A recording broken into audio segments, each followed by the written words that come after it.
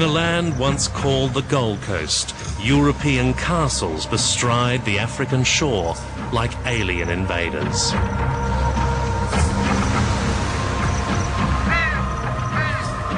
They were built as early as the 15th century and used by Portuguese, Dutchmen, Danes and Britons to imprison and ship out slaves.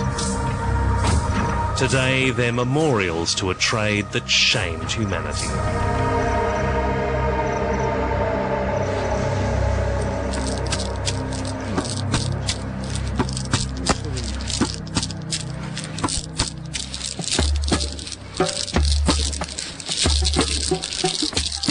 Over 500 years ago, our ancestors were taken away from these shores in the bowels of ships, brutally raped, robbed of their culture, and taken to faraway places, to strange lands.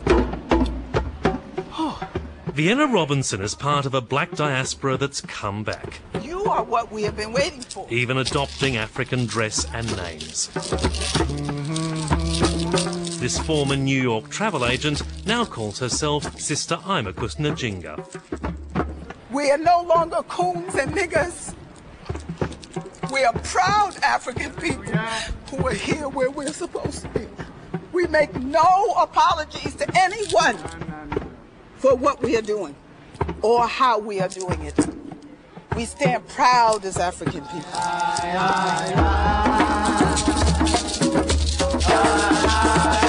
And she's helping other African Americans make the journey, giving advice on migration, organising tours, and staging reenactments to show what their ancestors suffered. Mothers, take your children.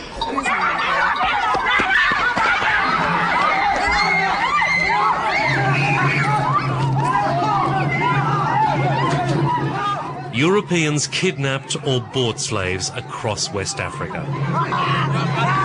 All were marched overland to the Gold Coast ports. This land, now called Ghana, has become the first stop for African Americans tracing their roots.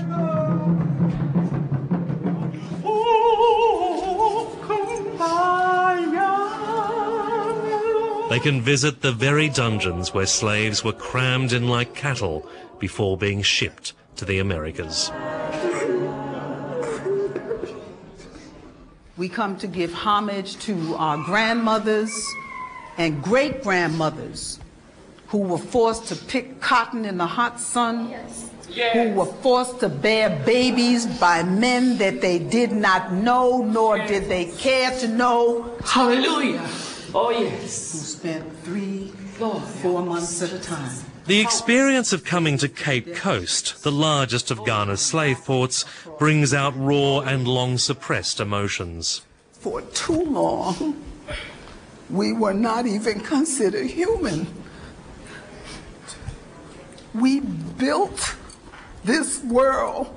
So how can you tell me some crap about a founding father in America who owned my parents? Yes, yes. Many African Americans come here as a spiritual pilgrimage, never intending to stay. But it's okay, because you have made the journey.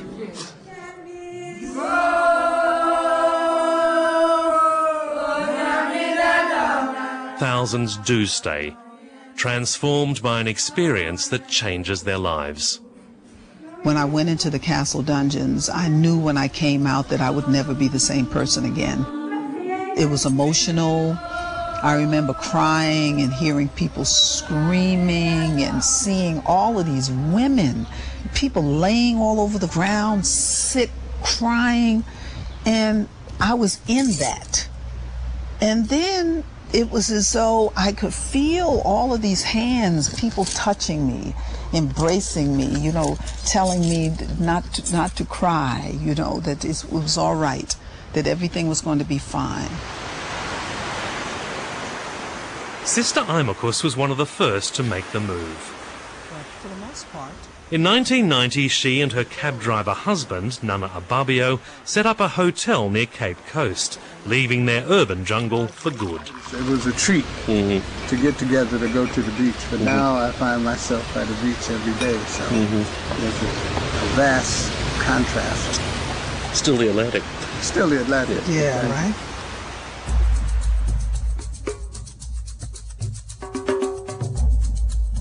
They came of age in the heady civil rights struggle of the 1960s, amid a growing sense of Pan-African nationalism.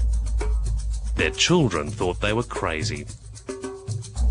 Well, they were angry for a long time. That hurt. That really, really hurt. But the opportunity to return to the land of one's ancestors, to be able to make that real connection with who it is that you are, your true identity, the sacrifice of family was worth it. Because 16 years later, our family are beginning to come. Up to 5,000 blacks are believed to have moved to Ghana from North America, the Caribbean, Brazil and Europe. For many, it's been a bittersweet homecoming. Yes, this is home. This is our new home. We've been here approximately 5 weeks now. Of course, we've been in Ghana going on 4 months. And this is where we plan to have our entertainment room, which is... Dr. Adwoa Asatiwa left a university professorship to move to Cape Coast with her husband Kwaku. We decided to relocate. As expected, they found they can live in relative luxury on their savings. So if you're going to retire, this is a better option than going to Florida? Or... Oh, absolutely. Well, Florida, if you go to Florida, you have to start with $1 million up front, and that's not going to buy you too much in Florida. But they've had to come to terms with a disturbing discovery. The Africans they see as brothers and sisters see them as strangers. We wanted to feel like we had come home. However, we later found that we weren't that welcome by the native population. We weren't welcome is because they don't know us, and we don't know them.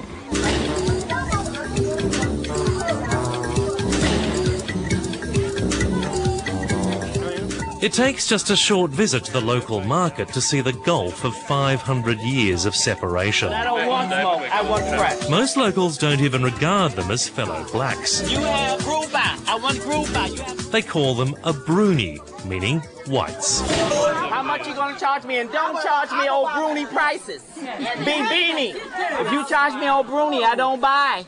I like you, so I'm gonna buy. I'll pay 1,000, but I know you overcharged me. So is she a Bruni? She's a Bruni, is she? Yeah. So I'm not old Bruni. I'm Bibini. Okay. Yo, Ashanti. It is not a very pleasing way to be identified. You know, we don't want to be called O'Bruni because we certainly weren't treated like O'Bruni in the U.S. By any stretch of the imagination. We were treated as African people. So that is a challenge. She's also found that people have little sympathy for them as descendants of slaves. They don't know the history. They don't know who we are. They don't know that we are Abebu. They don't know that we are descendants of the Africans that were taken here through enslavement into the various Americas. They don't understand that for the most part. But our task and our challenge is to bring this information back to our brothers and sisters here. Dr. Adwoa wants to learn from Ghanaians, but also teach them how to do things properly, beginning with basic hygiene. Now you notice too that they have open sewers. Yeah. Now that is definitely a health hazard. Yeah. And many times you will find that people will be eating and selling food and right underneath these open sewers, which certainly is not good to our health. And of course, these are issues and problems that exist in Ghana, that exist amongst our people, and we have to try and educate them to the realities of how this kind of living and situation can fester disease.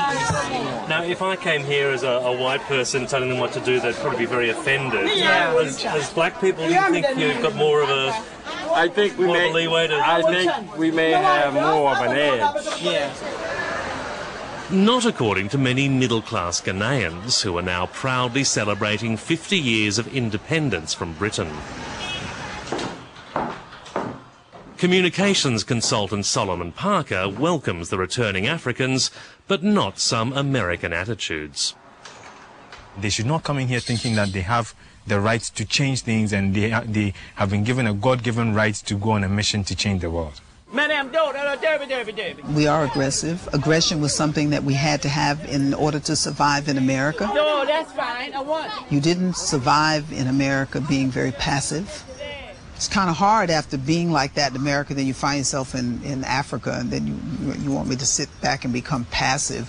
I sometimes have to sit on my lips, you know, bite my tongue.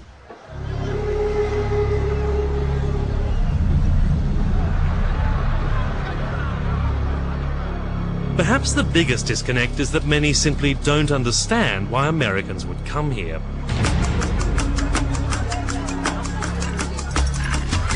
Most Ghanaians earn less than $2 a day. The number of African Americans returning is dwarfed by the number of Africans trying to get to America. The sight of rich new arrivals only increases the envy.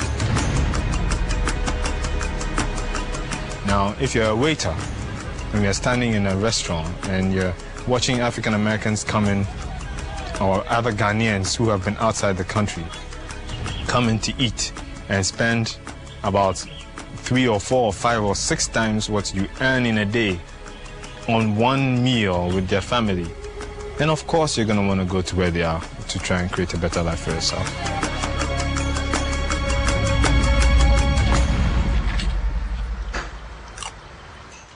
The irony is that many African Americans believe Africa offers them a better future than America. Mimi Igyan left a comfortable home in Atlanta to bring her 3 children and her mother Carly to a small rented house in Cape Coast. In the United States, you never really feel at home. When you're always feeling like you're under pressure, you know, you're under so much stress by the police officers, by all the authority figures, you never feel comfortable. You know, you never are free to just roam about without someone treating you disrespectfully or just treating you like a criminal or treating you like you're not even a person. So I feel very good coming here, even though with all of its quirks and its inconveniences, you know, it's still home. It's still home, so we feel very good being here. The children attend a local African school, living no differently from the villages around them. I felt as if they were being molested by American culture. You know, American culture is too sexually driven. It's got a lot of violence in it. Forever and ever, amen. The schools my children were attending in the United States had become almost prisons. And so we're happy for them here. They have the breezy classrooms, you know, and they get to sing and just enjoy being a student, you know, and enjoy being a kid. It didn't take but maybe 2 weeks when the children said they wanted to stay. They said they really like it here, they want to stay. So I believe we're going to stay. I don't think anything could send me back. Until recently, few Ghanaians gave much thought to the legacy of slavery. It was seen as something Europeans did in the distant past. The government is now holding a series of celebrations to mark the 200th anniversary of Britain's abolition of slave trading.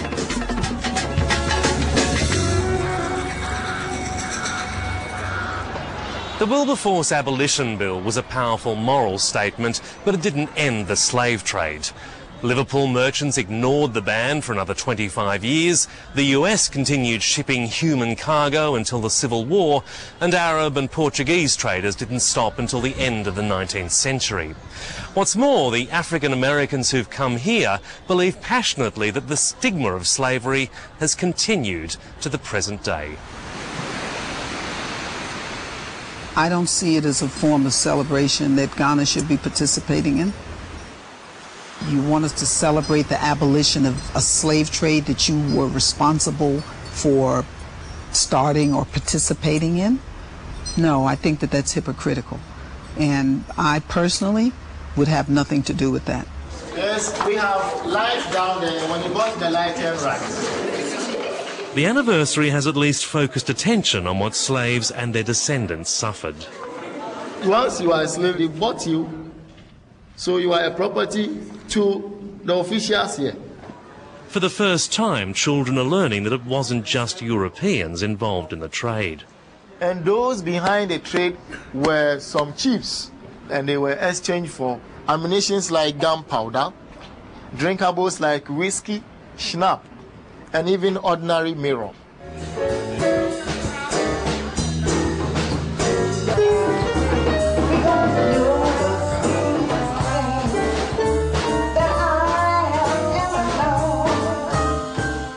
The return of the diaspora is slowly making a mark across the country. There's even a steamy jazz joint in the capital, Accra. And the customers aren't all Americans. Joey J was a London DJ before deciding 17 years ago to chill out in West Africa. It's peaceful. I'd rather be here than Iraq or West London.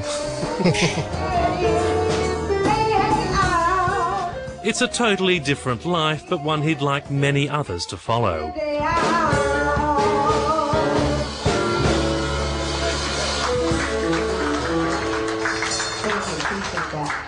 You got to secure your future, you know, and sometimes in life you have to realize that you're getting older and prepare for your old age. Yeah. So that's what I've done. So whatever I do after this, I'll probably be running around the world DJing, but at the moment I just need somewhere where I can put my head down and not think about getting on the 266 bus.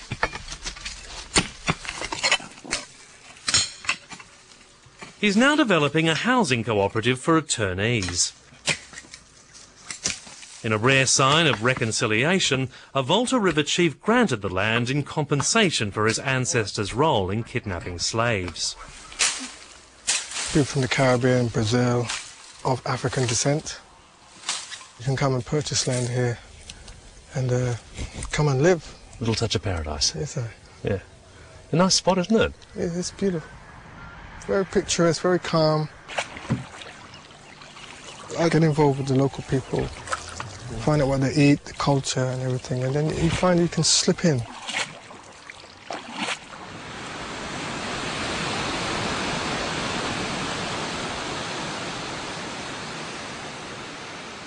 Some long-term settlers wonder if they'll ever be completely accepted. Hey, small girl, what's your name? Evelyn Atta. And what class are you in, Evelyn Atta? Class 2? How old are you? The government encourages the black diaspora to visit Ghana, but Amicus suspects what it really wants is their money. Money? You want money? You should give me some money.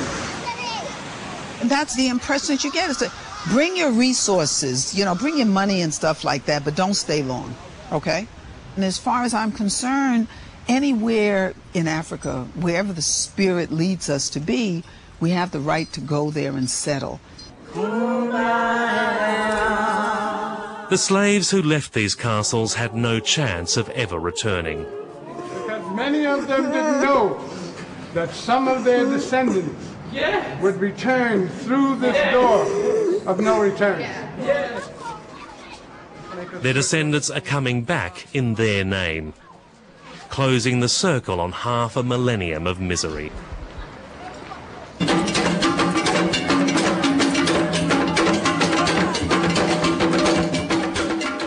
They are still to close the gap that separates them from the African-born. 200 years after slavery here was abolished, they are finally starting to feel free.